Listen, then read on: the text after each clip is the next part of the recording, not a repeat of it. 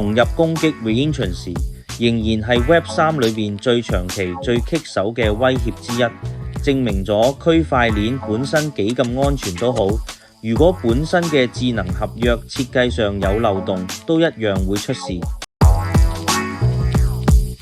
當你以為區塊鏈攻唔破，咁就真係要睇清楚。區塊鏈喺設計上係絕對安全，但係有一個漏洞係再次受到攻擊，就搞到 DAO 被攻擊，就係咁蝕咗成6000萬美金。好多時候智能合約根本冇做過審計，冇做過審計嘅 code，就算放咗入去區塊鏈上，等於留咗道門俾黑客攻擊入去呢啲漏洞。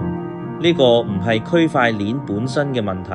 問題係我哋喺應用層面冇由底層開始堵塞漏洞，所以我哋要清楚分開問題嘅根源。區塊鏈本身係安全嘅，真正嘅風險係喺應用層面，唔係區塊鏈本身嘅架構有乜嘢漏洞，而喺區塊鏈上面行緊嘅程式碼要夠穩陣先至得。區塊鏈再安全都好，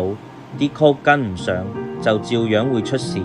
智能合約唔會自己保護自己。想了解多啲區塊鏈安全、Web3 風險同埋點樣打造更安全嘅去中心化系統，記住 follow 我啦！記得點讚、分享、訂閱並打開小鈴鐺，咁樣就可以追蹤我哋最新嘅影片。多謝收睇，我哋下集再見。